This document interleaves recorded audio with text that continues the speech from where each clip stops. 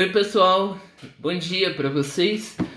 Gravando um vídeo bem rapidinho para estar falando um pouco sobre povos e modos de vida presentes no continente americano, que essa é a temática das aulas de geografia dessa semana que estão sendo exibidas no Aula Paraná. Aí o objetivo meu de gravar esse vídeo é condensar as informações de uma maneira bem simples para vocês em apenas um vídeo, para estar auxiliando para vocês fazer a atividade dessa semana. Aí depois disso, pessoal, vocês façam a leitura no livro didático também. Eu vou estar mandando esse vídeo, mais alguns materiais de apoio. Então, são várias formas para vocês estarem fazendo o estudo referente a esse tema.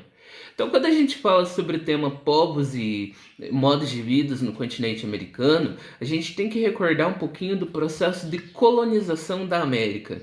Então, a América foi Então, a vida em si, pessoal, a evolução do ser humano, o Homo sapiens e toda essa teoria que vocês já acompanharam, aconteceu. Primeiro surgiu na África, aí foram se espalhando e chegaram na América devido ao Estreito de Bering, aquela região que conecta o Canadá com a Rússia, que é uma área o Estreito de Bering, como o nome já diz, uma área bem curta que acaba conectando os dois, o continente tanto o asiático como o africano. Aí essa teoria é mais aceita. Claro, temos também a questão dos vikings, todo esse desbravamento dos sete mares. Também temos a questão das pirâmides maias, das pirâmides egípcias serem semelhantes, aí que fica esse ponto. Poxa, como eles conseguiram isso?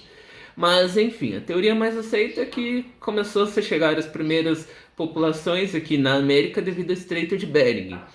Aí no período das grandes navegações, os europeus, mais necessariamente Portugal e Espanha, que saíram na frente nas grandes navegações, começam a desbravar os sete mares e chegam na América. Por que se chama indígenas? A gente tem esse termo cultural até os dias de hoje. Devido que quando esses desbravadores chegaram aqui na região do continente americano, eles acreditavam que estavam na Índia. Aí começaram a chamar a população de índios, indígenas. Então essa é a explicação do termo. E quando a gente fala América, continente americano, é por causa do Américo Vespúcio. Um desbravador também que chegou na região do Caribe, é considerado o primeiro a chegar no que hoje conhecemos como continente americano. Aí, enquanto algumas pessoas colocam seus nomes em cidades, perdão, municípios, estados, países, o Américo Vespúcio foi um pouquinho mais ganancioso e colocou seu nome em um continente. Olha só como que o cara era. Enfim, pessoal, aí o que aconteceu? A região hoje que corresponde aos Estados Unidos, o Canadá, foram mais regiões voltadas a colônias de povoamento, ou seja, vir imigrantes, vir pessoas para a região desses países a qual eu citei, no intuito de morar ali, de residir ali, de povoar essa região. Que daí foi mais da colonização devido à Inglaterra.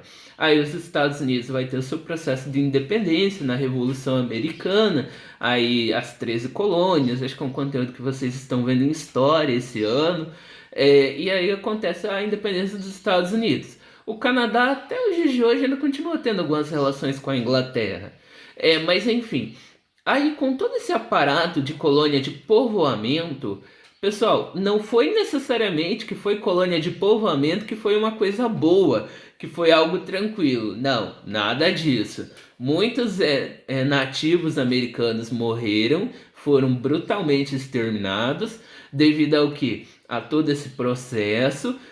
Ou se não morriam de tiro, vamos colocar dessa forma, também morriam pelas doenças que o imigrante, o homem branco, estava trazendo para eles. E aconteceu uma verdadeira dizimação dessa população, que caracterizou-se dessa forma. Aí, pessoal, percebam, mas aí o que aconteceu? Teve toda essa questão que essa região se desenvolveu economicamente. Claro, teve todo esse passado que não pode ser esquecido, que é um problema hoje que existe nos Estados Unidos, a questão racial. Tivemos aí símbolos contra toda essa questão do preconceito, como Martin Luther King, que é interessante vocês darem uma olhada na biografia dele.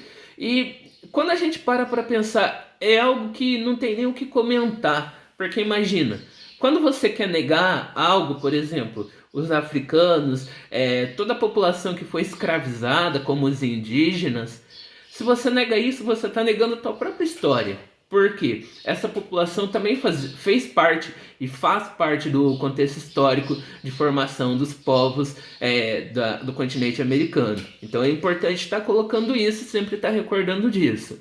Enfim, pessoal, aí o que aconteceu? A região dos Estados Unidos e a região do Canadá se desenvolveram, assim não tendo tantas desigualdades sociais como aconteceu na América Latina. Lembre, o modelo de regionalização geográfica, ou seja, da geografia, é a América do Norte, América do Sul e América Central. Aí aquele modelo que leva em condições e aspectos sociais, econômicos, é aquele que abrange a América Latina e a América Anglo-Saxônica. O ponto que divide, tipo, a América Anglo-Saxônica e a América Latina é a questão do México. Geograficamente, o México faz parte da América do Norte. Mas na divisão que leva em condições de fatores sociais e econômicos, o México faz parte da América Latina, certo? Aí o que acontece? A América Latina, pessoal, tanto é que tem até uma música do Ney Matogrosso, chamado Sangue Latino. Procure no YouTube, é bem interessante para ouvir. Retrata isso também. A América Latina, os problemas sociais e econômicos que existem até os dias de hoje são fruto dessa bagagem histórica da colonização. Que nessa região, a qual o Brasil também está incluso, qual que foi o objetivo quando começou a chegar espanhóis e portugueses? Era explorar, colônias de exploração, levar metais preciosos ou matéria-prima. Por exemplo, quais são as matérias-primas principais?